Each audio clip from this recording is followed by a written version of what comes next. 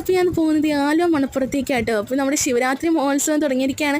26-ാം തീയതി ആയിട്ട് തുടങ്ങിയത്. അപ്പോൾ ഞങ്ങൾ ആദ്യമായിട്ട് പോകുന്നതാണ്. തിരക്കുകളൊക്കെ ഒഴിഞ്ഞുള്ള സമയത്ത് പോയതാണ്. അങ്ങനെ ഒരുപാട് കടകളും ഒരുപാട് സാധനങ്ങളൊക്കെ ഉള്ളൊരു സ്ഥലമാട്ടോ.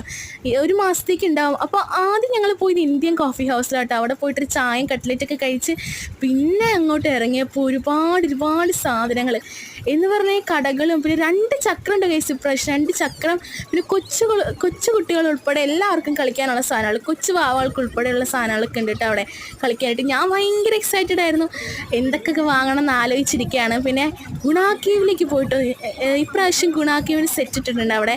നമ്മുടെ മഞ്ഞുമൽ ബോയ്സിൽ ഗുണാക്കേവ്, അതൊക്കെ കണ്ട് ആകെ എക്സൈറ്റഡായി.